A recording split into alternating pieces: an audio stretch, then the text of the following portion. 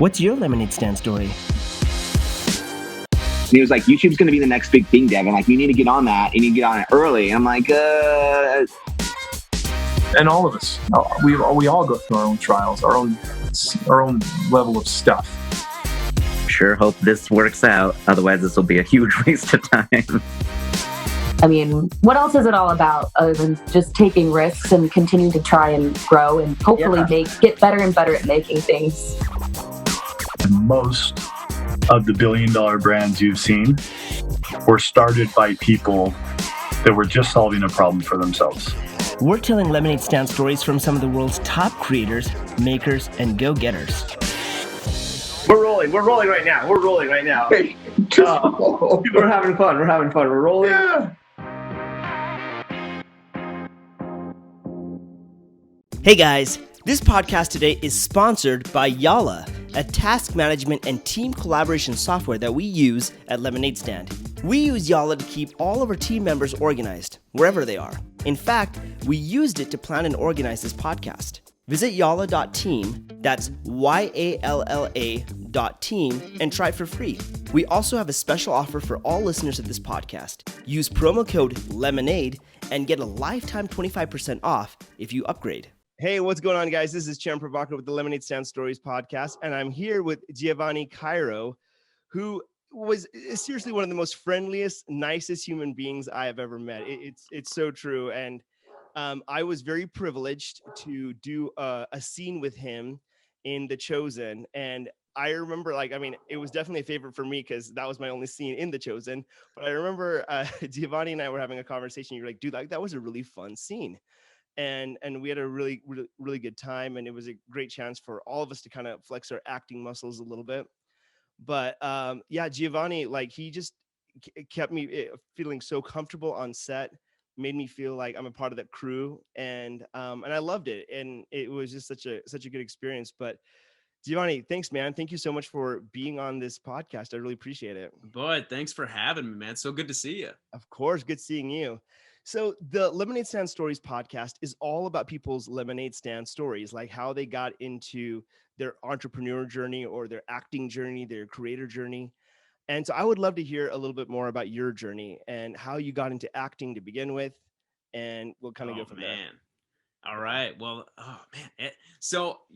growing up, I wasn't like a theater kid or, into acting really growing up, but I loved movies. So my mom always took me to the theater. And of course, as a young boy growing up, I loved the Power Ranger movies, the Ninja Turtle movies, that kind of stuff, growing up. And I always loved just reenacting different scenes, coming home. I had a few stepbrothers at the time that we would just reenact, and we get little props from the dollar store, and we'd create stories and just go out. And I remember we had a video camera, and we had kids in the neighborhood. We would create these little plots, and we just go around the neighborhood being like, okay, what do you guys want to shoot today? Okay, well, I saw the newest Spider-Man movie. Okay, let's do that. I'll be Spider-Man, you be whatever. We'll put a mask on, and we'll just do something like that. So I always loved movies growing up. That's so awesome. What was it about those particular movies that you just loved, like Power Rangers and Ninja Turtles? Why did you love those movies? Man, I think it's hard to pinpoint it, but it just put such a joy in my heart to be, so expressive, and it was so exciting and stimulating for me. Just something about going to the theater is something special. Even to this day, I know it's tough with everything going on in the world right now, but it's a special place for me doing that. It's a cool experience, right? I remember, I'm like you, I love movies, and my favorite superhero of all time growing up and still to this day is Spider-Man. I don't know why. Me too, man. Really? Dude, yeah. Love Spider-Man. Love Spider-Man. So do you remember the Tobey Maguire Spider-Man? Yeah. Right? When they were rebooting the whole series to begin with. Yep. So in Utah, and I think in Michigan, where you're at right now, I don't know if they did this, but they would have midnight showings, right? The night before, right? And it was just this massive ordeal. And my buddy, I remember when Spider-Man 2 came out, was like, dude, you've got to go to the theater and you've got to go buy tickets soon because I know they're going to sell out. I'm like, dude, I got it. Don't worry. It's going to be fine. But it's like 7 p.m. and I'm like, I better go to the theater right now. And of course I get there and they're all sold out. Like, and I'm like, I'm just devastated, right? Because I knew he would be so bummed, and we had like dates with us, and I'm like, oh my gosh, what are we gonna do? Like, they're gonna be so upset. Sure. And so like the midnight showing for sure was gone, but the girl that was selling the tickets, and I'm not joking when I say this, she looks at me straight face and says, well, we still have plenty of 12:01 and 12:02 showings. I'm like, what? What are you like? Wait, what?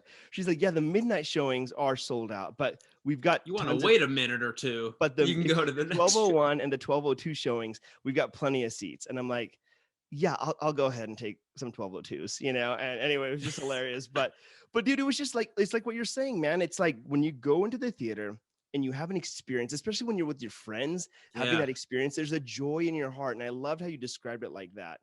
A joy in your heart. And I want to like definitely hit on that topic a little bit more as we keep going. But anyway, keep going. You were talking about pretending and like creating action figures and like shooting your own video. I think there's just something really strong about and something strong about like your imagination coming to life and just creating something and connecting with other people. And I don't think I was thinking of that. It was probably in my subconscious because I was really enjoying it, but it wasn't like I was thinking it from an intellectual side, even, throughout middle school or when I was younger, being like, oh, this is cool how the characters kind of, communicate and how these emotions are coming out of me. It was just the joy that was happening. But I actually played sports my whole life. So I never thought, and that's kind of what I wanted to grow up doing, something in the sports field. Even throughout high school, I really wanted to play college baseball. So it wasn't really until I think junior year of high school, we needed a speech class to graduate.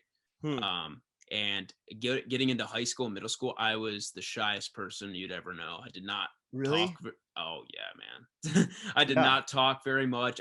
I did not have a lot of confidence at all. I had a select group of friends that I loved and still have to this day, thankfully. But I wasn't very confident in myself. And I spoke with my counselor and like, well, you need a speech class to graduate. And I'm like, anything besides speech? Is there something else? And she's like, well, we have radio and television class. You can do that if you want. And that counts as a credit. So I'm like, you know what? I love movies. I love TV. Let's do it. Yeah. And that, had I not taken that class junior year, I think that's kind of what catapulted the idea of like, oh, this is something that you can actually do for a career. This is, so it kind of molded my interest of like, oh, I love movies. I love the way it makes me feel and how expressive you can be and tell stories and connect with people.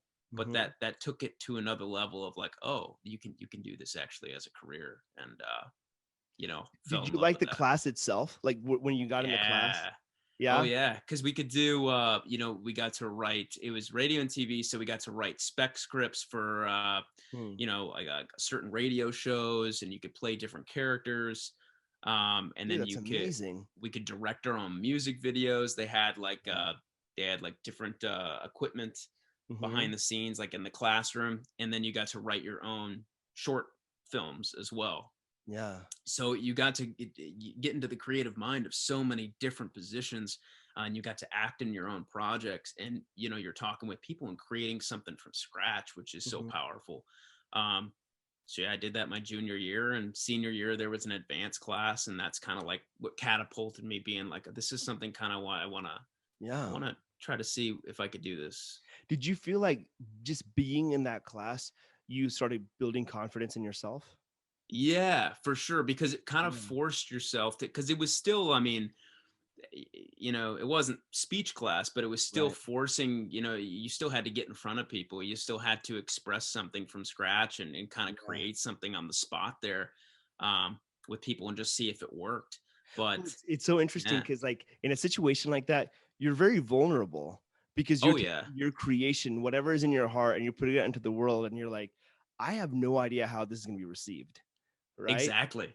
Exactly. It's scary, but I think when you're first starting out and you're kind of dabbling in it, it's you get that rush of excitement and that alive type feeling. And you know, art is so subjective too. So I mean, like what people consider good is so it depends on, you know, who you are as a person and what you like. But if you're connecting with people and you create, it can be a short film, it can be, you know, a 3-minute film that you just created with your friends, and if someone likes it or someone connects with something that you're creating, that's something special. That's something that no one can take away from you.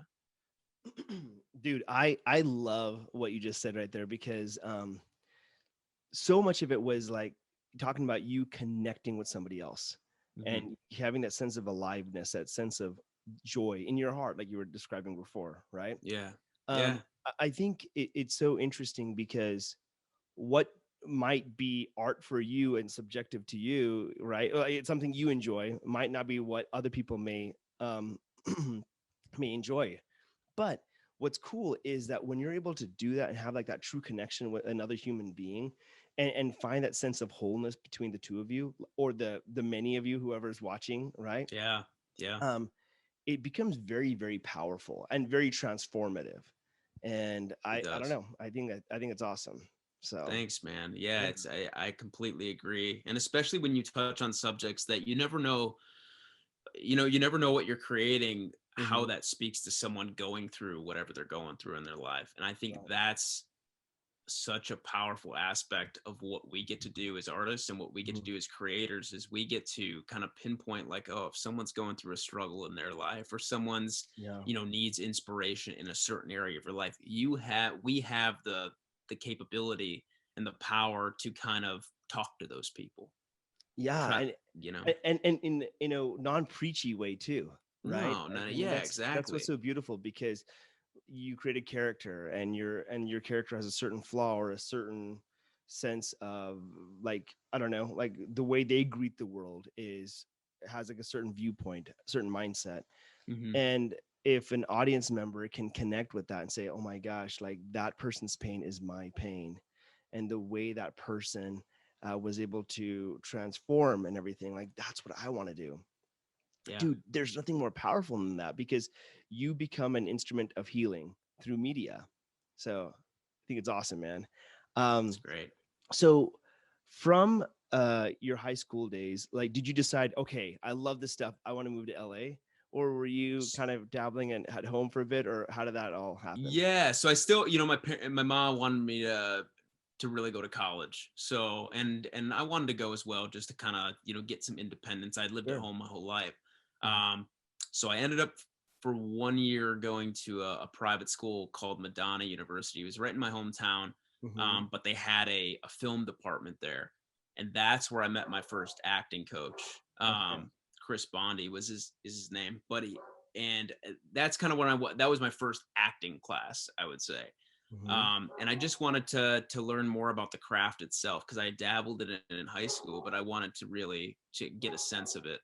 And you know, I learned so much. Actually, I'll backtrack for a second. Yeah, tell me. I wanted to go to a community college, and this is kind of what's crazy. I'll get more on this later. I know I'm rambling a little bit. No, dude, you're good. Keep going. I wanted to go to a community college to save money, because I wanted to save money and then transfer to a bigger college, Michigan State University, because all my friends were kind of going to a community college to save money. And my mom really wanted me to go to Madonna. She was like, it's a great school. We argued about it for like 2-3 months. Yeah. And I was like, no, I want to go to school crap. And she insisted I go to Madonna. I'm like, it's so much more money.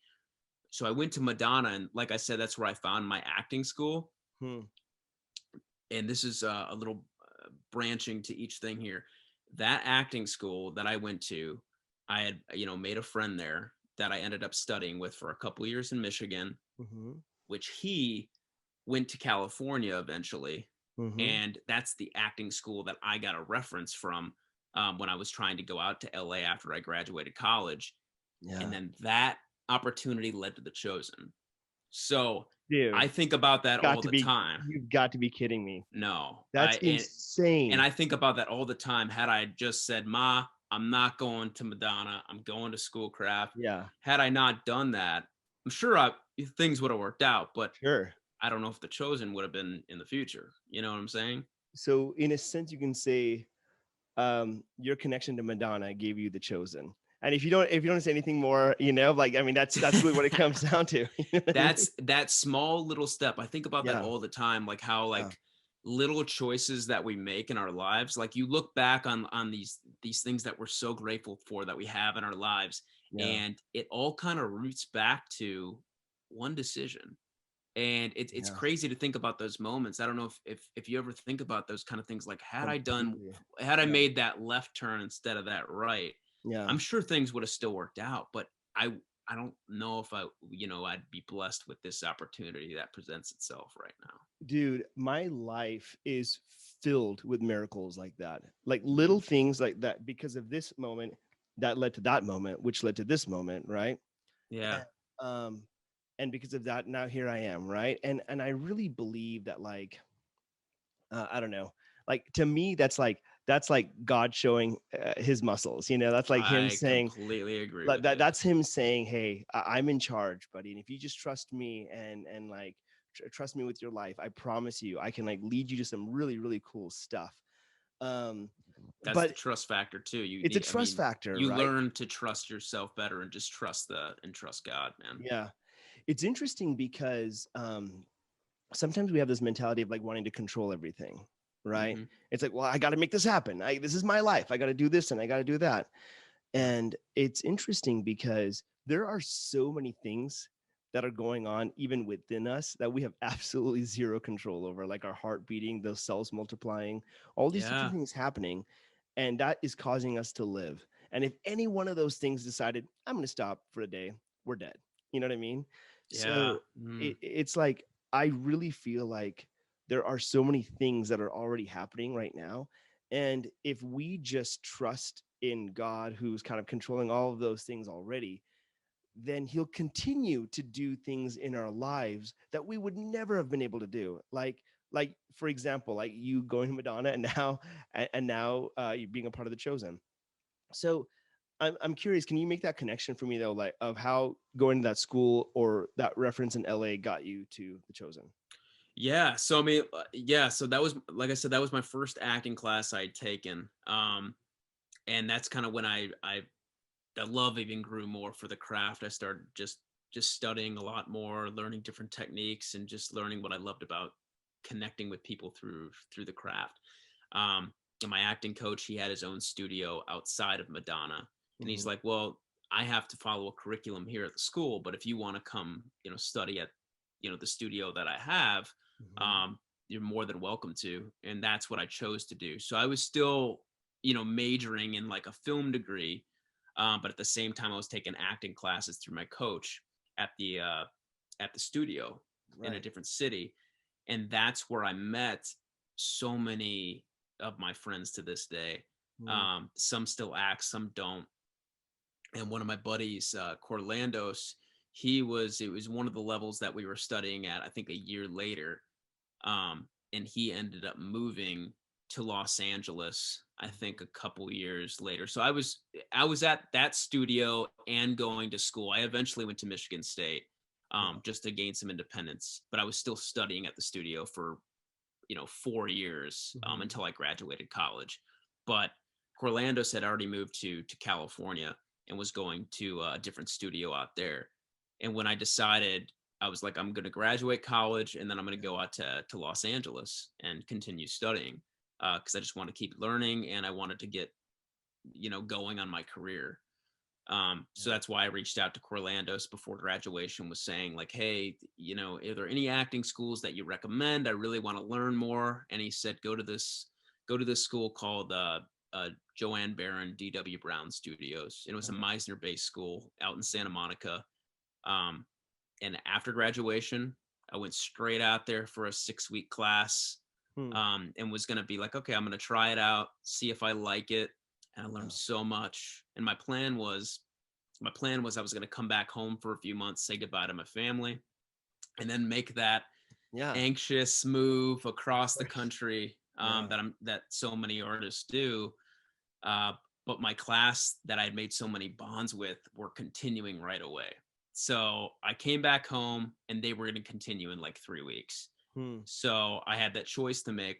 Well, do I want to continue with this class? I don't really have a lot of money, but like I can just, couch surf for a little bit, or I can wait it out, join a new class in a few months. And, my body was just telling me, take that leap of faith, man. Just take that leap of faith, do it. And I'm so close to my family, so it was really hard, but my heart was just telling me, like, this is what you want to do. Just jump, man. Jump. And it's so great because it's like jumping requires courage, right? It requires a lot of courage, because the truth is like a lot of times we live in the comfort of our safety nets of the family, right? And of being home. And I remember that decision for myself when I had to move, when I decided I want to move to LA as well. Everything I knew was Utah. I had a lot of friends here. I had a lot of films were shooting in Utah.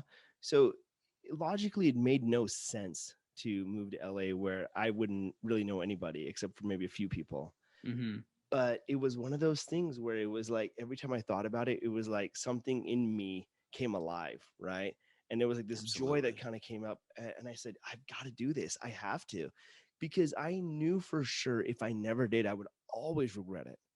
And I do not like living with regret. And so I went for it. Oh man. I'm glad you did. I think a lot of the time we're faced with that too. I think, not to get too much off topic here, but society has kind of like this blueprint for people that, and for some people it works perfectly and aligns perfectly with what they want. And it's kind of like, you grow up, you go to school, you get a degree, form a family, and you go get a job and start making money for your family, and that's that. And if that's great for, but if your heart is telling you to do something else, and for our cases it's our artistry, and it's something against the societal norm, I think you got to listen to your body a lot of the time. I listened to Tim Ferriss's podcast, and he just had I think it's Elizabeth Gilbert, I think is her name. She wrote Eat, Pray, Love.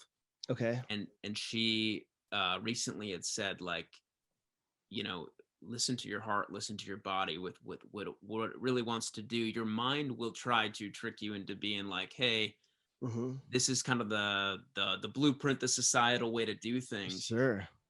But your heart and your body know a lot of the time, what you really want to do, what you're pulling toward. And I think that's so important to follow that. Dude, it is absolutely super important to follow that, because the mind, with the blueprint it has, will paint that picture for you. And I was reading this book, and oh my gosh, like the name of the book has slipped in my mind, which is so sad because it's a good book. That's all right, man. But the thing is it was talking about, the author was just saying like how he knew exactly what was expected of him, and he knew exactly what he wanted for his happiness. And he got all of these things. He got the good grades, he got the good money, he married a beautiful wife, all these things happen. And then he realized that he was not happy at all. And it was so devastating for him to be like, wait, what? I listened to everything that everyone ever told me, right? Yeah. Except for his spirit, right? Yeah, it's like we, a lot of the time we fall in love with, not fall in love. I think it's a facade. And I think you and Yasmin talked about it a little bit, was there's these like materialistic things that a lot of the time people get attached to. And I've been a victim of that too. I'm sure we all have it at certain moments in our life, to where it's like, this is our safety net, this is our comfort. But what makes you feel alive? What makes you feel like, I'm doing something bigger than myself, and I'm changing someone's life. Maybe that's kind of what I want to be part of. And that, I think that takes courage for people to do. Yeah. It's not easy to do it, but but that's sometimes what you need to do. So I want to ask you, all the stuff we're talking about requires courage, right? Yeah. But there was a version of you that was very shy and quiet and all that stuff. Oh yeah. So how did that shy, quiet kid gain the courage to move all the way across country, leaving his family behind for this dream? That's a good question. Well, I think, you know what? I owe it a lot to my mom. So, because my mom, so she raised me as a single mom growing up, Okay. and my dad wasn't really in the picture at all. So but she gave me the best gift possible, which was love for people, just love, like, plain love. And I tried to bring that to kind of every situation, everybody I met. Mm. And she had remarried, and then my stepdad was great. He coached all my baseball teams, and this is when I still had confidence. I would say this. I was probably like second, third grade. Yeah. She remarried, and then unfortunately he passed away when I was in fourth grade. Oh wow. And that's where I remember losing a lot of the confidence. And I think it was because I felt gypped with not having a dad growing up.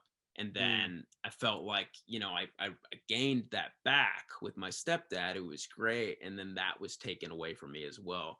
So I kind of went through life a lot of the time living with like that chip on my shoulder of being like, I have to prove everybody wrong.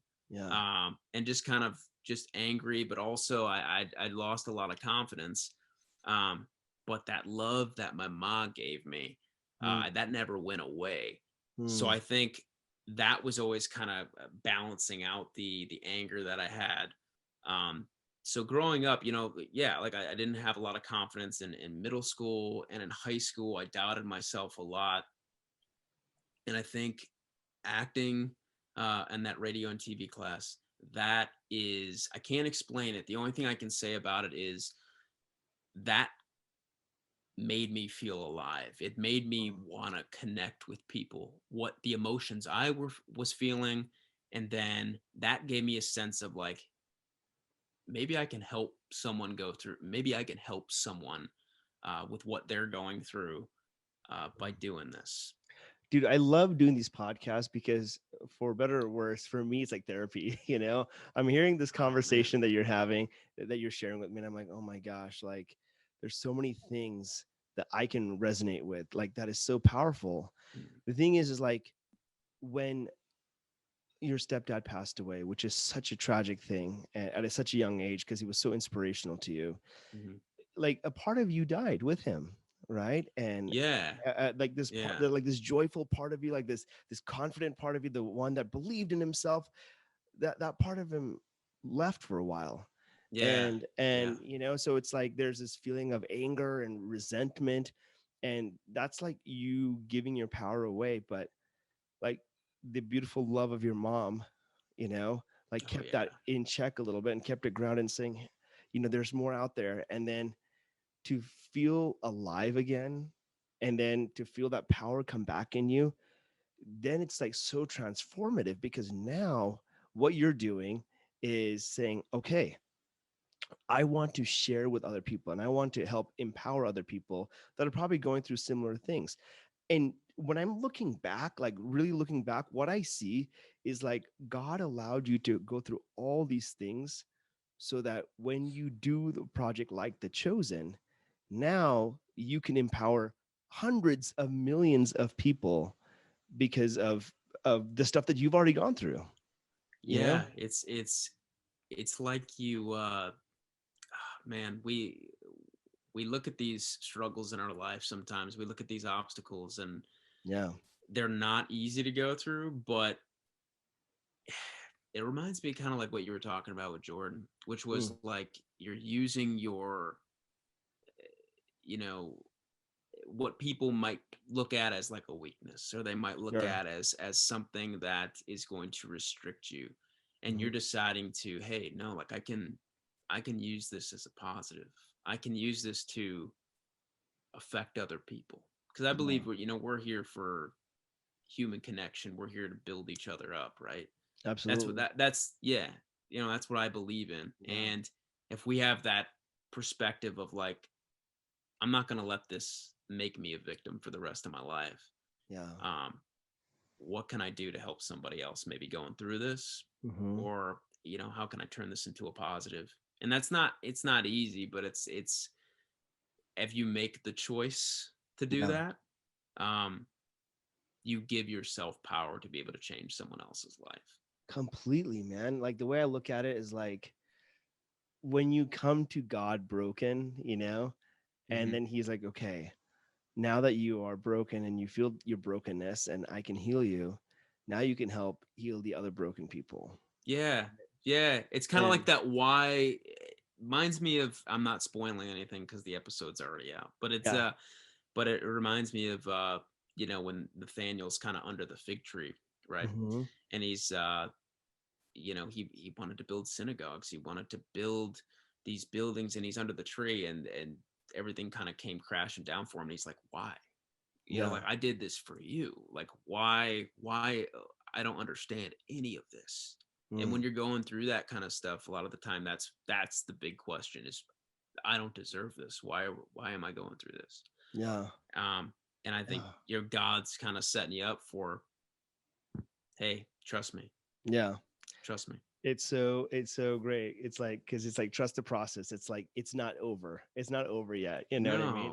And it's like, and I think that's what people need to realize is like, it's not over yet, guys. Like, even if you're going through your challenges, your struggles, like, you're mid journey, or you're not even mid journey. Like, there's going to be so many beautiful things just right around the corner if you can just hang on. And I feel like I need that message for myself a lot of times, because so many times, like, I'm working on my own projects and things, and I'm like, and with all the headaches that I was having a conversation with my dad just today, and I'm like, Dad, I honestly don't know what I'm doing sometimes, because I'm putting all this energy towards these projects, like, and we've discussed this, like, I have a kid show I'm putting together, and it's like, sometimes it's just like so much effort is put in, but the results aren't really like showing for it, and I have to like just remember, trust the process. Like, don't worry about what you think the outcome should be. Trust the process, because when that happens, when it all unfolds the way it's supposed to unfold, then you look back at your life and you're like, oh my gosh, never in a billion years would I've seen it unfold this beautifully. Of course, man. I've seen what you're doing, and it has such a great message, and I commend you for that, man. Because that's not an easy task to do, but I know that's where your heart is. So keep following that. And you know what? We're bad at, like, I feel like people are bad at, like, we blueprint our lives to be kind of a certain way in different aspects. And sometimes when it doesn't line up exactly how we had planned it, right? A lot of the time we can look at that and I fall victim to this all the time. I have to remind myself too. We kind of look at it and we're like, am I doing the right thing here? Is this doesn't really make a lot of sense. It's not working out how I thought it was going to be. But when we do that, it's kind of like we're blind to the other blessings that are all around us that we didn't exactly line up to think like, oh, this is exactly how it's going to come about. If that makes sense, Sure. Does that make sense? Yeah. It completely makes sense. And the thing is like, when you realize like you are a part of God's plan, like it's his plan, it's his work. When you realize that, then you're like, okay, well, he sees what's going on, and even if I don't, that's okay, because he sees it. And as long as I'm kind of like just hanging out and kind of going with my heart, and just whatever happens, that's great. But I think it's like, I remember like when I got to LA, I used to have all these things of like, okay, this is kind of what I'm thinking my career is going to be, and this is what's going to happen and stuff.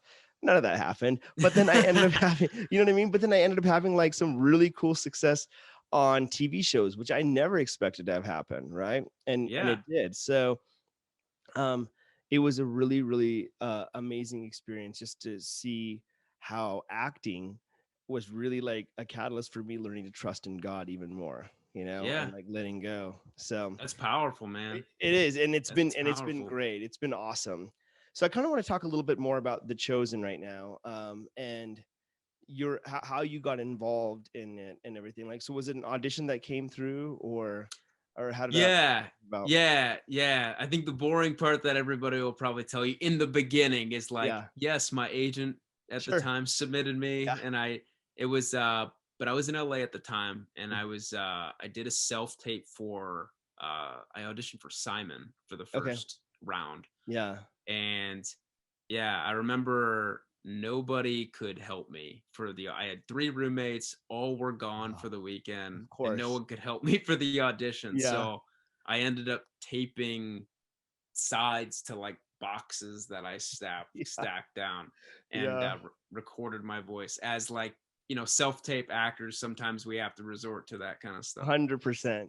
Yeah. I'm sure you should relate to like that kind of stuff. Dude, I even have like a new technique I learned for doing self-tape auditions. What is it? Like, it's the best. I mean, so I have like a ring light and I have like my phone that films it, right?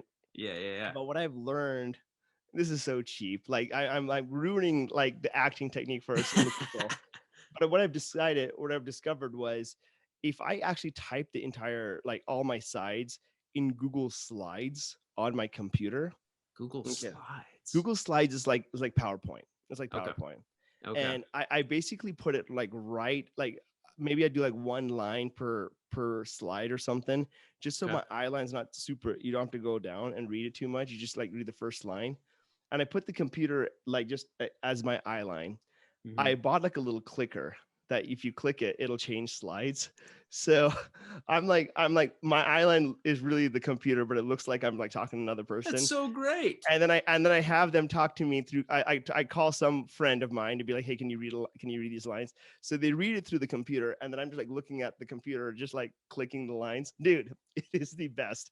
It was like this, like a flash of like inspiration that came to me, and I'm like, oh my gosh, like you are a creative mind, buddy. That is fantastic. So I got this clicker. You just buy this clicker. You connect it to your computer. And you're like literally clicking the lines as you're doing it. Dude, it is the best. And it is so, it makes life so easy.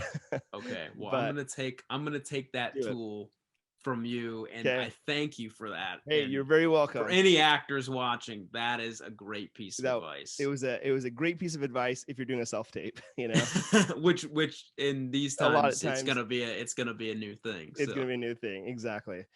Okay. Anyway, so you're doing the audition. You auditioned for Simon first, and then Simon first. And then what happened after that? So I got a call back. Well, doing the box thing and the taping and the stuff, I was like, okay, I'm not getting this.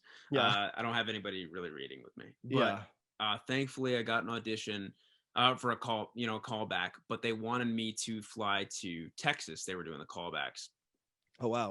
And obviously, I didn't know what The Chosen was at this point in time. I thought it was, it's a low budget series they're trying to create. Yeah. And it was like within a couple days, the flights were pretty expensive. So I talked with my manager at the time and decided like, hey, let's reach out and see if we can do a self-tape. Otherwise I don't think I can pay for the flight. It's just really expensive. It reached out to casting and Beverly Holloway and their team were like, they don't usually do that, but we'll get back to production and see what we can do. Mm-hmm. So by that point, I think like almost a week kind of went by and nothing. So I figured like, okay, that's not in the cards. Next time I get a call back for this situation, at least I know what to expect and I'll pay the money. But I thought like, okay, that's just an opportunity that's not going to work out. And casting reached back out and they said, hey, like, okay, we want you to do a self-tape again. And this will be the callback. And I was like, that doesn't usually happen. I feel, and I was very grateful for it. And this time I was auditioning for Andrew. Okay. Auditioned and my buddy helped me this time. So thankfully I had someone to work off of. Yeah. And sent that in. I felt really connected. The writing was just so good. And the characters were just so specific. And remember getting an email maybe a few days later saying like Dallas wants to Skype with you and just have an interview. And I remember jumping on the Skype with Dallas and a little nervous at first because it's like, oh, you're talking to the director. Yeah. But it was just like talking to a friend. Dallas makes you feel like, your family when talking to him. Absolutely. And it was real cool. And he was just asking me about kind of what I liked about it and my background a little bit. And he's like, okay, well, we're interested in you and we don't know what you're going to play, but we want you to be part of it. And that I was just stoked at that moment. But But I do think there was something of a higher power behind that, though, because there was a lot of things against it, being like, oh, I couldn't fly in for the callback. Yeah. The audition scenario wasn't ideal in terms of me trying to turn it in, the way I kind of went about it, but somehow it kind of all worked out. And it was just, it's magic, man. It was so incredible. It is amazing, like how everything on that show is just miracle after miracle after miracle, you know? Yeah, And man. I mean, it's just crazy because I remember before all of the before like you guys even had your funding, you know, because I was on the, you know, I knew like the VidAngel side of stuff. And I remember when it was just like the short film that Dallas made. And it's just interesting to see even from there, because even on the VidAngel side of things, so many miracles they had to face. So I feel like as an outside observer watching a lot of these things take place, I'm like, there is no way, there's absolutely no way all of this happened without divine intervention. It's Like, it's not a there's coincidence. no way. And Yeah. I feel like also the people that the people that are brought into this project, and you know, because you're around it, I've never felt anything like this in terms of people that are just so genuine, welcoming, Yeah. and loving. And that's not just at the cast side of things, that's the crew side of it. Yeah. And that makes for such a better work environment, but also it creates those magical moments. Like, I don't feel like there's any, I don't know if you felt this way, but I don't feel like there's any egos on set. There's not. And that's the beautiful thing. I remember um so in LA, like I did Silicon Valley, and that show was Such like a good show. it was a great show. And I was on for a couple of episodes, and being on that show allowed me, because it ended up being like a pretty successful show, it allowed me to get a new agent, which allowed me to like just go like from TV show to TV show to TV show. It was awesome, right? Yeah. But as I did that, I started to see what the energy of every set was like, and for the most part, really, it was great. It was awesome. Sure. But I remember just from the first day of me coming on The Chosen, which was again like we discussed this before, it was very unexpected for me, because as of the night before, I had no idea I was going to be on this Chosen that day. That's so cool. You know, man. isn't that the craziest That's so thing? cool. Again, miracles, right? Miracles. But Happened yeah, for a reason. I mean, I literally had no clue like that was going to be in the cards for me that Tuesday, when Monday night I texted Dallas, right? So the fact that that happened was amazing. And I remember my agent didn't even know. I had to call them while I was on set and be like, hey, by the way, you're going to be getting a message from the production of The Chosen. I want you to know. They're like, wait, are you on set right now on The Chosen? I'm like, I am. They're like, and I'm like, yeah, I booked a role. Don't ask how. It's just that like happened fast. Yeah. How did this happen? I know. And they're like, wait, what? We didn't even know. I'm like, I know. Neither did I until last night, you know? And so, yeah. But I remember just working with you guys, and like the feeling of like the crew was so great. And you know, Chad Gunderson, Chris June, they're good friends of mine, and They're so it was so like great, man. they're so Such great. people. And so I was able to like go and hang with them. And your accountant, I don't know if you remember Judy Day. She was Judy.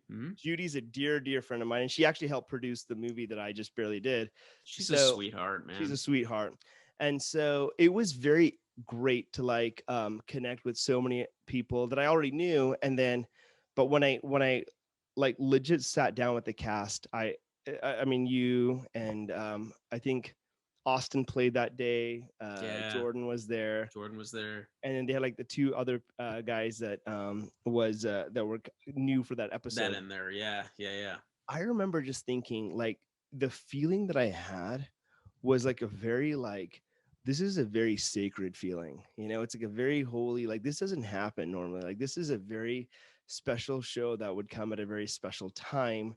And it was very, very powerful. So it's I special, man. And I mean, you fit right in. You're part of the family. Yeah, thanks, man. That was such a fun day, man. It was so fun.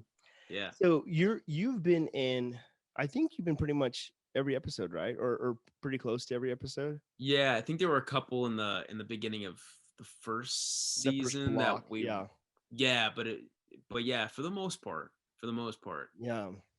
What is there any particular moment, maybe first season or even second season, where you're like, that was a really awesome day, or like I really learned a lot, or something special happened, Oh like that? man, there was it's really hard to pinpoint one. Sure. Even I'm gonna say one, but this happens, quite a bit. Just I Mm. think it just has something to do with the people that Yeah. are part of it. Um, I'm sure others have talked about the oneer that we did. Of course. Yep. Yeah. So that was really special, just because it was one of those moments to where we didn't think we were going to get it, and we had rehearsed the whole day, and I remember Chad. It was Chad. He came in for like a day to work the camera op, and he's holding like on a rig this camera. It's 60 pounds, and we're doing this oneer to open to episode 3, and it's 15 minutes long. And I felt guilty because I think I had a line in like the very beginning. It was one of the first lines. Yeah. And then I'm off until the end. So I felt kind of guilty being like, oh, well, the pressure's not entirely on me. Yeah. But, I think we did, 4 or 5 takes, and the sun was going down quick, and we didn't know if we were going to get it. So I think all of us kind of interpreted like, hey, we're probably going to just end the day. And then just and come back tomorrow. Come back tomorrow. Do it. Yeah, that's what I thought. Or maybe get coverage or something. Yeah. It was just one of those moments. I felt like, okay, like it's not in the cards for today. I think a lot of people felt that too. And that last take we did, which was the one they ended up using. Right. I remember getting like halfway through it, and we were kind of like, it was kind of like that nonverbal communication, but feeling like, are we gonna get this? Are we gonna get this? Yeah. And we made it through the take, and I remember Chad like dropping to the ground, sweat coming off of his face, and we all gave him a standing ovation. He deserved it. I mean, he was the hero of that day, and we got it. And I didn't know at first. Because I didn't see playback, so I was like, well, the sun was going down. We might have to retake it, but I think it was one of those miracles that were kind of like, you're probably not going to do this, but somehow it all worked out. It worked out. Yeah. That was special, man. That was really special. And the opening, I would say, of season 2. Oh man, that was just so powerful, man. It was just, gosh, it was powerful. Like I loved like watching that and just being like in an instant, we were already like captivated. I remember I was with my group of friends watching it, and we were like, wow, like this is such a great show. And it's just and it's very healing. That's the wonderful thing as well, is like I know of so many people personally that have been healed because of The Chosen. Like that's powerful to say, and that's powerful to just know like an actual series healed you, and it's a beautiful thing, so nothing like something like that to help empower people. So it's there's no words, man. There's no words. Yeah. There's no words. I'm really glad it's reaching so many people and hitting their hearts and making a big difference in people's lives. I think that's as people, whether you're in the arts or not, whatever you're doing, it's kind of like what you should strive for, is to make people's lives better. And I'm glad it's inspiring so many people. It is, man. And I really appreciate your work on it. Like it's awesome. So good job. Seriously. Thanks, man. Yeah. I love being part of it. Yeah. So I want to shift topics just a little bit. Now, every entrepreneur, every creator, every actor, producer, whatever, has moments in their lives where they've been dealt very big lemons, and they have to decide for themselves, am I going to just be paralyzed because of this lemon, or am I going to make lemonade? So was there a moment in your life where you're like, this was a lemon, Yeah. I mean, it could have been your stepdad passing away, which we discussed already, but anything else kind of come to your mind? I think it was, I think that was I think that kind of was the start of it. Yeah. Because I was so young when my stepdad was in the picture, because it was like second, third grade, Sure. before he passed. I had never really thought about like not having a biological dad growing up. Yeah. So I think once he passed away, those feelings rushed in to my life, and that's, like I was saying earlier, that's kind of when I was starting to think like I need to validate my life. And it was kind of a fake sense of like Yeah. confidence in a way, because it was like I need to prove everyone wrong. And this was the big lemon part of my life, because this lasted from fourth grade to up until recently, the past 2 years, 3 years before, You're kidding. actually Wow. right before The Chosen. Wow. And it was like, what was weird was like, I just noticed this recently. Um, every male figure in my life that had like power in a sense, or like, it could be a teacher, could be director.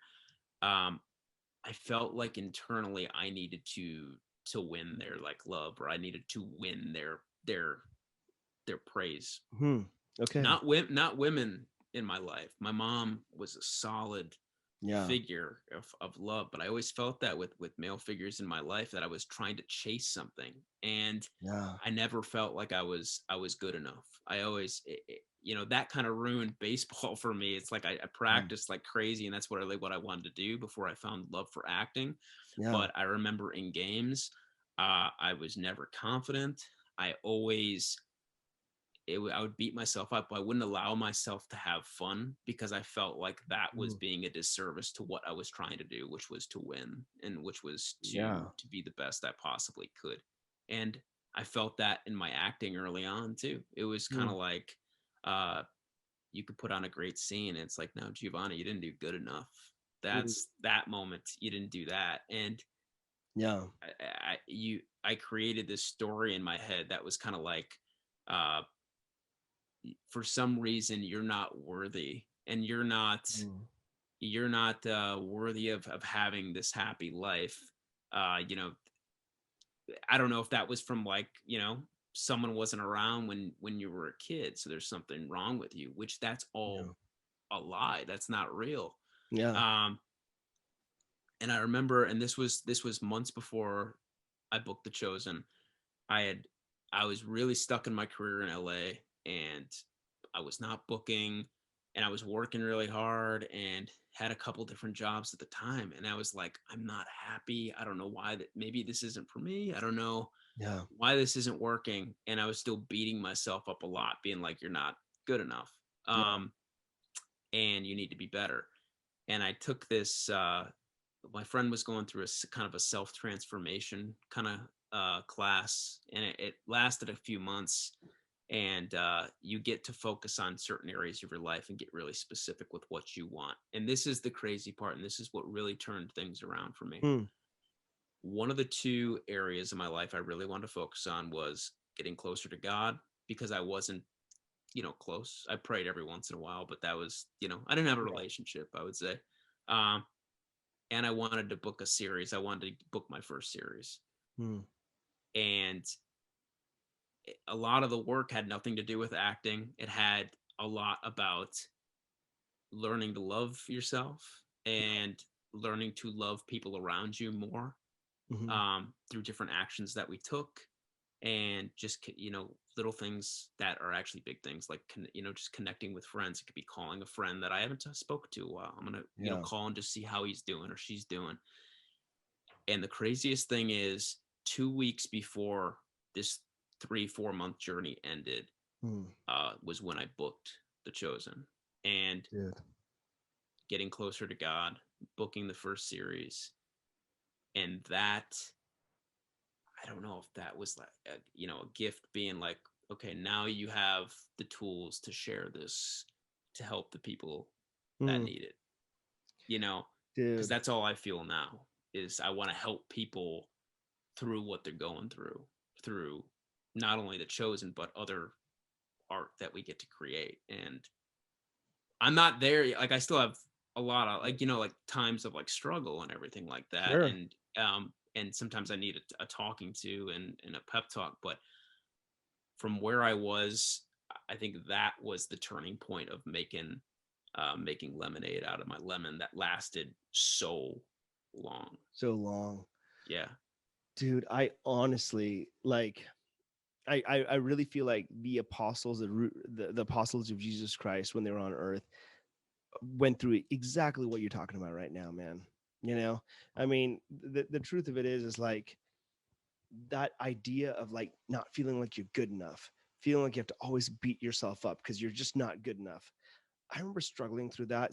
I still have those moments where I feel like I've got to accomplish this and I got to accomplish that and I got to do this Sure. and that, because somehow in my mind I think work and creation validates who I am, right?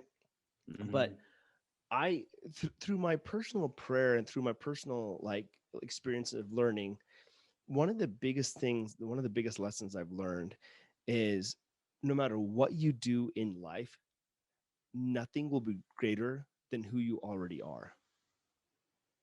Isn't that interesting? That's And I'm that just makes saying so like much it, sense though. but it's so true. Like, here's the deal. Like, let's just say, you and I are buddies, and I came up to you and I'm like, hey, dude, I just want to give you $100. Like, it's a gift. It's a free gift. Would you take it? Mm-hmm. Would I take it? Are Yeah. you Yeah. asking me that? I'm asking you. I'm asking you. Yeah. I feel like, dude, come on, like you don't have to do that. Yeah. Right. Like come But on. I'm just saying, hey, you know what? I know, but like, look, we're buddies. I just want to give you $100. It's a gift, a free gift. I mean, I've learned to receive better throughout Yeah. my life. So I think I mean, like Sure. I eventually would if you kept saying that, Yeah. but initially it'd be like, It'd be like "Oh, resistance, right? yeah, yeah. But then I say, well, listen, before I give you this $100, I'm going to crumble it up a little bit, and then I'm going to give it to you. Would you take it? Yeah, probably. Okay. Yeah. And like, let's say I'm going to stomp on it a little bit, and then I'm going to give it to you, you know? Yeah, sure. Well, here's the thing. $100 is $100, right? It's worth the Mm, same no matter what it goes through. The same with our lives, man. You know what I mean? And the fact that like we're God's children, and that we're able to do amazing things and beautiful things. We have infinite worth. The fact that a loving Savior would literally come to earth to die for us. The greatest being that ever lived would come and die for us. mhm. To me, that just symbolizes, oh my gosh, we must have such amazing worth in his eyes. And anything other than that, like any other story that we tell, is a lie. It's a lie. And Yeah, man. and it's been a lie that I've said a lot. I still sometimes say a lot. Like, sometimes when I feel like things aren't happening in my life, I feel like I've got to create a lot more now, because that's going to give me my sense of identity. Yeah. And I noticed this the other day, um, when you're talking about sports, like I'm a big, I love playing tennis. I love it. Like, it's like my favorite sport. So Nice. I It's a go great out. sport. Yeah. And if I can play tennis every day, I absolutely would. And so, but I was noticing the last couple times I was playing, and here's an interesting thing. I'm not really a competitive guy. I just like to go play to have fun, right?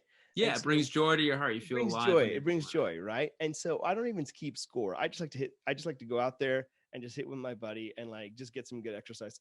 It's awesome. But I noticed the other day I was getting really down on myself because I was hitting it into the net too much, or I wasn't hitting the right strokes or whatever, right? Yeah. And I remember like the Lord like whispering in my ear saying, Sharon, how come you're not having fun with this sport that you love? And I'm like, I don't know. Why am I not having fun with this? And then I started thinking about that. When the things that we love stop being fun because of our mindset, because of some story that we've kind of told ourselves, then it's like it's time to like reevaluate, right? And Mhm. it's like I remember the same thing with acting. Like, I love acting. I love being on shows and doing all these things. But there have been times before where I have beaten myself up a lot, especially when I bomb an audition, and I'm like, what the heck am I doing in LA? What am I, like all this stuff, like, why am I here? I can't even tell you how many times that's happened to me, but at the same time, you can relate, you can totally relate, right? Yeah. But at the same time, it's like, I found that when we can kind of like take the edge off ourselves, when we realize, hey, we don't have to be the one in control. We don't have to be the one in control. We can let God be the one in control. We can let him have the outcomes. Then it's like we can relax and have a little bit more fun. And man, Giavani, like I had no idea like that was this like the story, that the experience that you went through and that self-improvement, because I also believe one of the greatest tragedies of man is that he receives very little of what his Father in heaven wants to give him. And it's almost like, listen, if we can just learn to love ourselves a little bit more, just a little bit more, and like let God's love kind of come in, what manifests on the outside is the outpouring of the love that he has for us on the inside. Yeah, it's like filling your cup so you can fill other people's cup. Exactly, and it was interesting. Like I was talking to Yasmin about having this empty cup, but having the empty cup in my mind is like all about like kind of being humble and just like letting your cup being filled with that joyous love that now you can kind of share with other people. And it's cool because to me, when I'm hearing your story, I'm thinking, dude, like you literally like chose to love yourself enough to go through a transformational class. And as you did, and you started like saying, hey, the two things I really want is a better relationship with God and a series that I can work on. And then you're on The Chosen. Like that's it doesn't, I mean, and it's not, I don't think that's coincidence. That's it. Yeah. I don't think that's coincidence. It's special, man. And a lot of the times we try to be, it's funny because I've thought about this a lot through life too. It's kind of like we spend so much time wanting to be other people, or looking at our insecurities, looking at the things that we criticize ourselves most for, that we don't spend enough time like celebrating who we actually are. And that's a gift you can give people. Yeah. Though it's the same thing you were talking about, Jordan. It's like, I'm so proud of that guy because he's taking something that can literally break you down, and he's using that to empower people. That's strength, that's power, that's a choice that he's making, and he gets to change people's lives by doing that. There's nothing more inspiring than that, dude. I'm telling you, man, like you guys you guys have a very, very, very special mission. I feel like the three of you that I've already talked to, I'm like, wow. I'm telling you, there's some big things going on in your lives, and I feel like a privilege to like see it all unfold, right? So you're part of it, man. I appreciate that, man. I do. It's interesting because I've seen the hand of the Lord in my life, and like just seeing things happen in however he wants it to happen, and it's been amazing, so I've been very grateful. So I kind of want to like wrap things up. I mean, dude, this has been epic, just so you know. Dude, like it's been so much fun. It's been so much fun, and I'm like learning all these things, and again, I feel like it's like a form of therapy. So it's been so great. I feel like that too. Yeah, I'm glad we both. It's awesome, dude. Like now we can like reflect and be like, wow, like God really has been in the beautiful details of our lives, like the sacred moments of our lives. So, so I want to ask you three final questions. One, what is your greatest source of joy right now? Honestly, it's with how crazy this past year has been for so many people. It's been so hard for so many people. I've gotten to the best joy I've got, and the best gift I've got came out of it, which was being able to come home and spend time with my parents. So my mom remarried, when I was in high school, and I don't even call him my stepdad. He's my dad. He's such a loving guy and such a hard worker for our family, but it's been able to spend time with them. It's something that I hadn't had in the past 5 years. I'd go home for a couple, weekends, and you always feel rushed because you want to see so many people being away from home. But to have the luxury to be able to watch a movie with them, have a bonfire with them, just be able to like talk with them. There's no greater gift than the family I've got. And I've been so blessed to be able to spend this time with them. So that's my greatest source of joy, is just being able to, especially during this time with the Chosen, being able to share that with them. Yeah.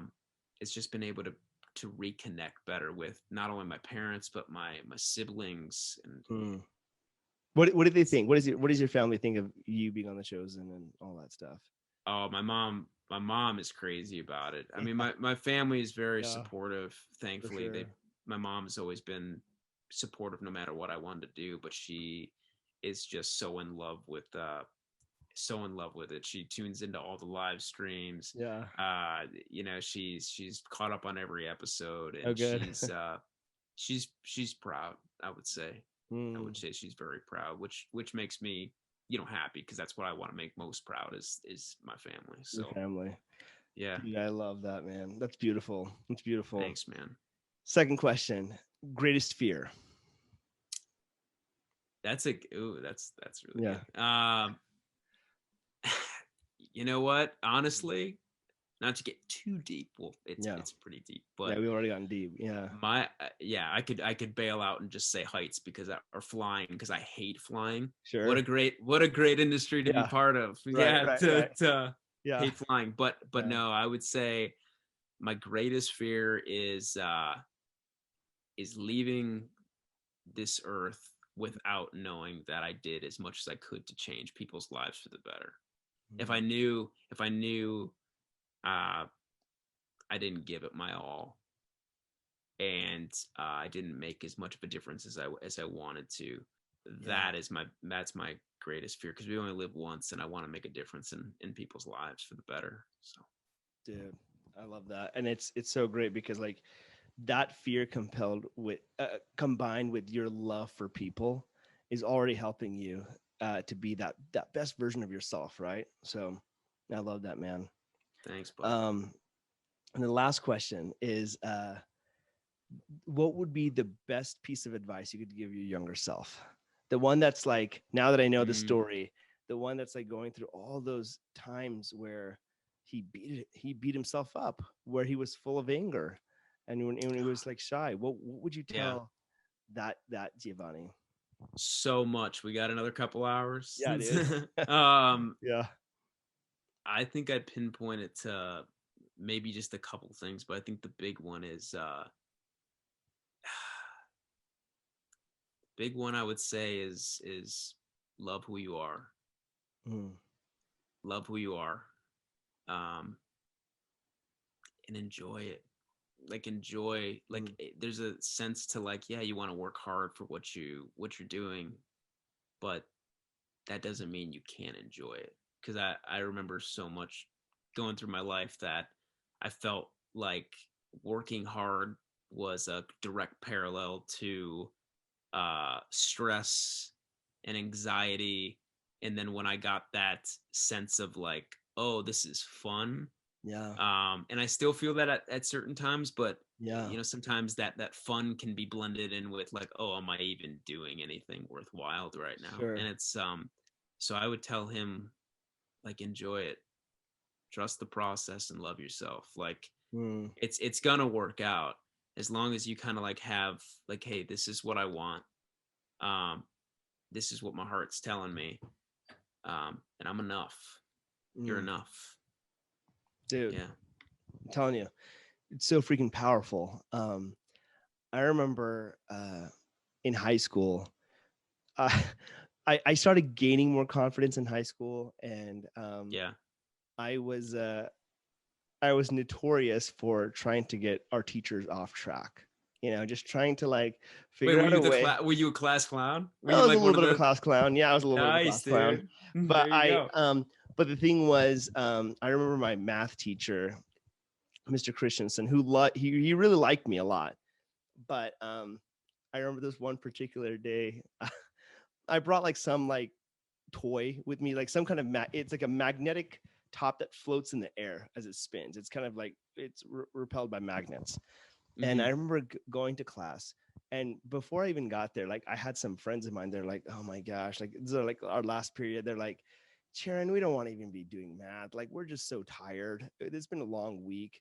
Like, we don't want to focus. And I'm like, don't worry, guys. I already got a plan. And so while the teacher was like trying to get class going, I was trying to get this thing to spin and like show him.